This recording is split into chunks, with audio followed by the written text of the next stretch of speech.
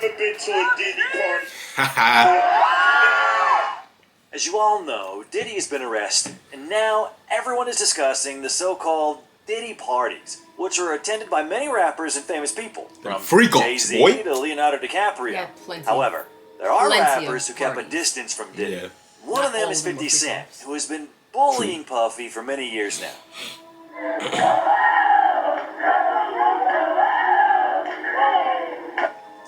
African champ. Ain't no more team. What the Puffy doing? I'm having a drink to forget about this. One concert, 50 Cent Hey, yo. will never attend Puffy's parties because he hugs you from the front and the back at the same time. That's why I'm going to the Puffy party. Hey, yo. From the front and the back at the same time. What you talking about? I mean, look, if you into that, I'm fine with it. To each his own. Right. I'm just saying this shit, my motherfucking party. I'm like, it's uncomfortable. I think I belong in the girls' bathroom. Yeah.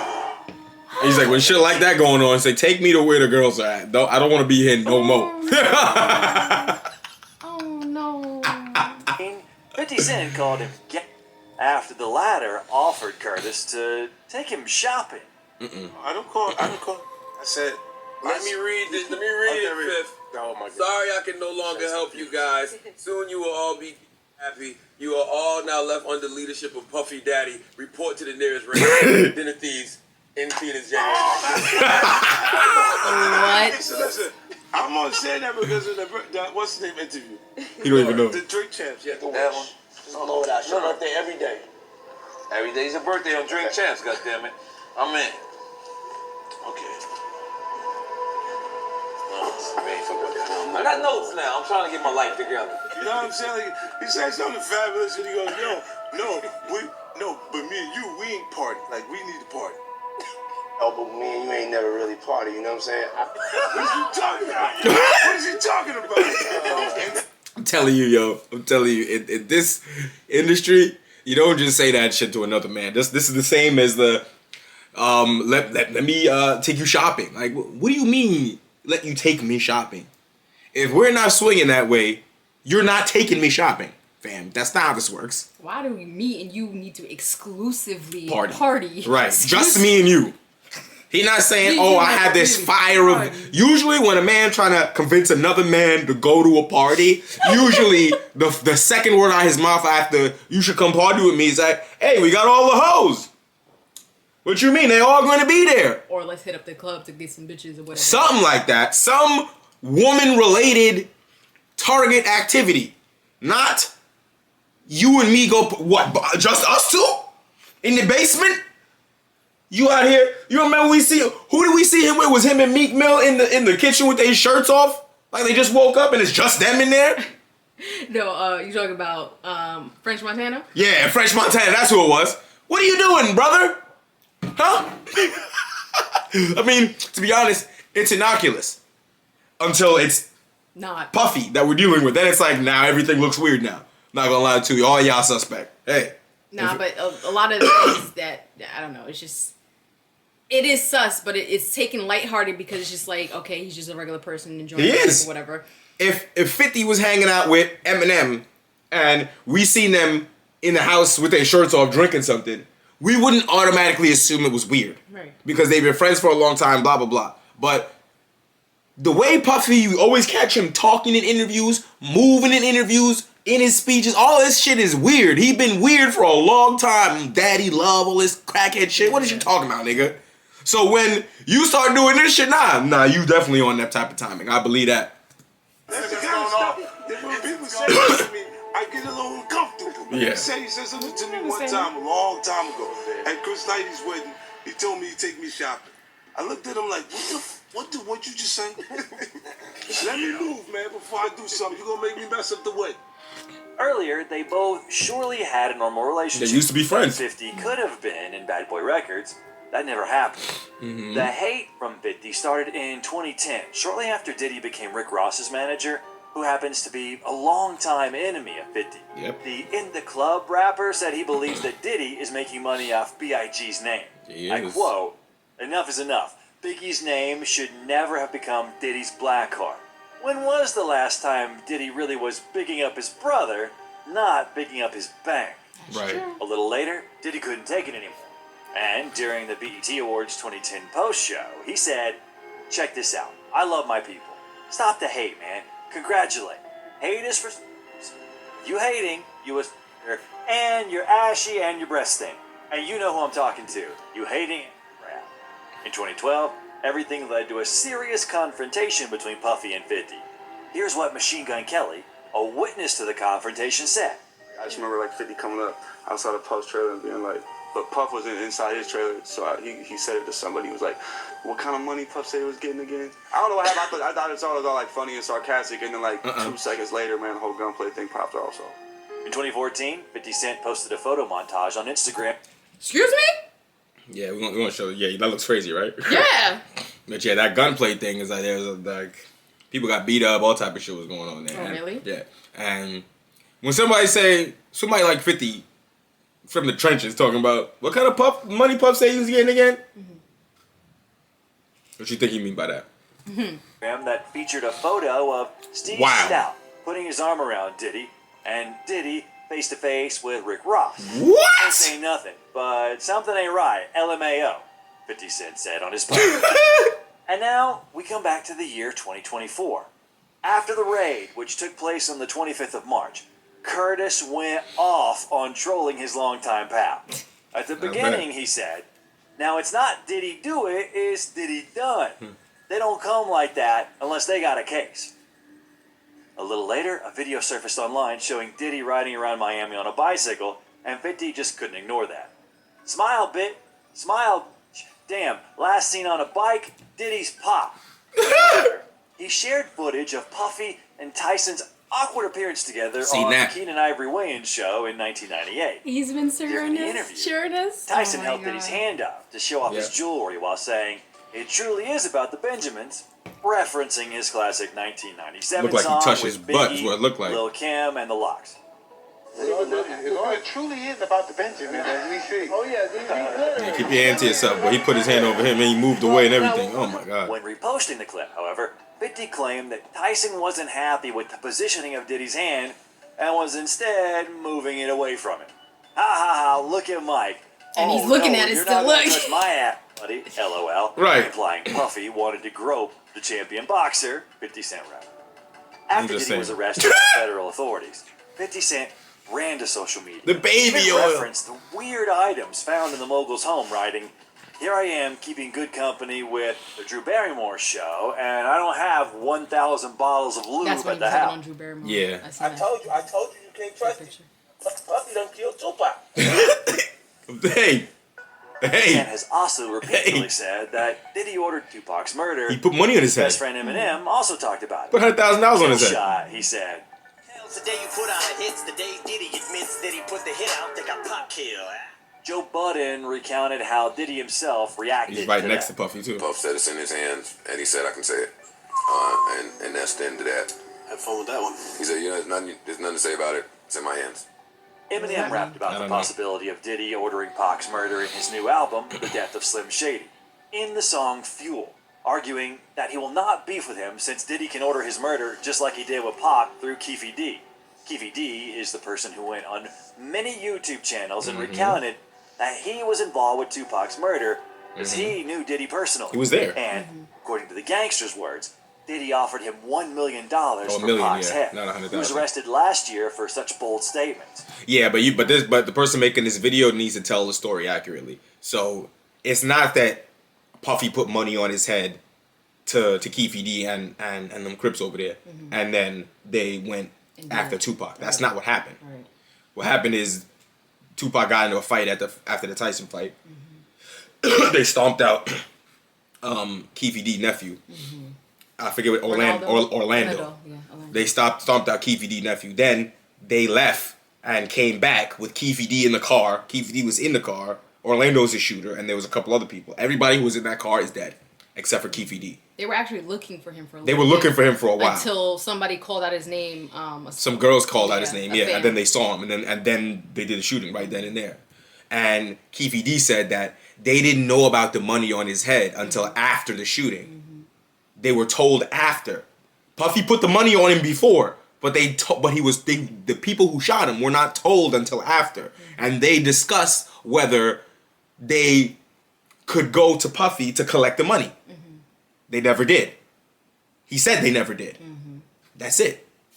Now, maybe some other shit may come out that he was involved with some other shit, but you know, I don't think that they're gonna be able to tie the Pac thing directly to him without more evidence. Yeah.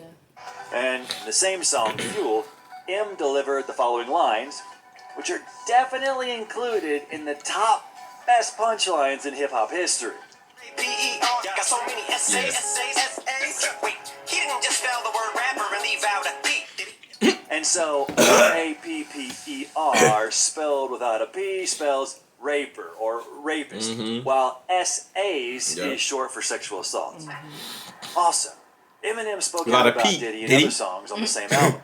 For example, in the Bad One track, he rapped about a Diddy party. And me offending you's nothing new.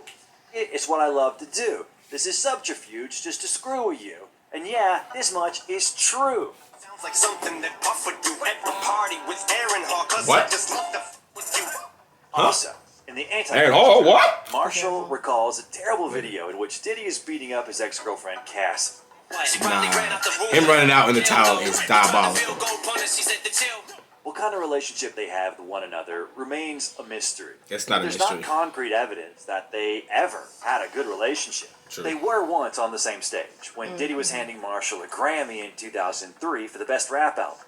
Many in the comments noticed that Puffy half-heartedly announced the winner. And the winner is Eminem, the Eminem Show. Yes, sir. Eminem, the Eminem Show.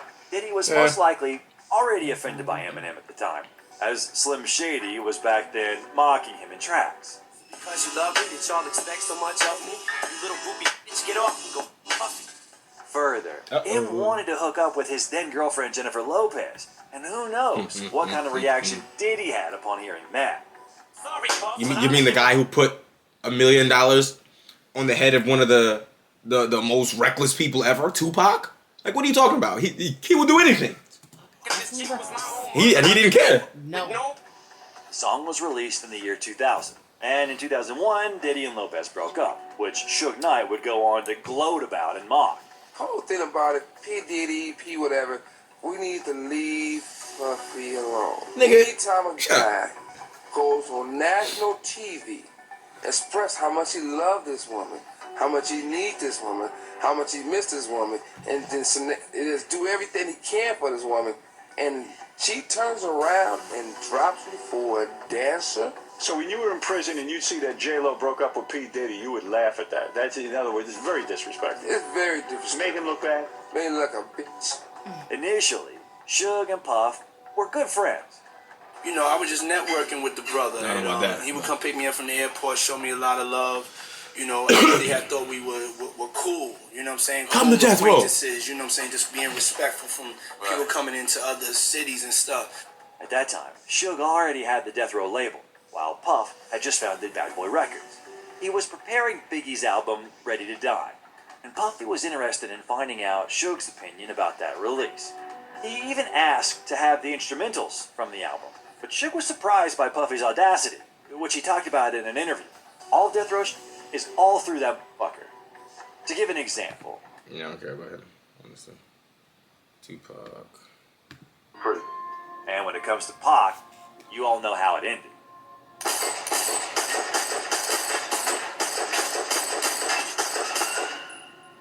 However, it is a fact that Pac hated Puffy up until his death. He dissed him a few times in his tracks, particularly on Hit 'Em Up.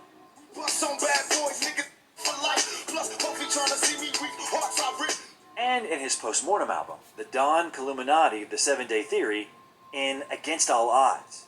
Let's be honest, you were punk and you would see me with gloves. Remember that shit you said your vibe about me being the thug? Diddy admitted in an interview that That's Hit 'Em the Up edited still version. hurts to this day. That joint was cold. We would take your turntables, you played Hit 'Em Up.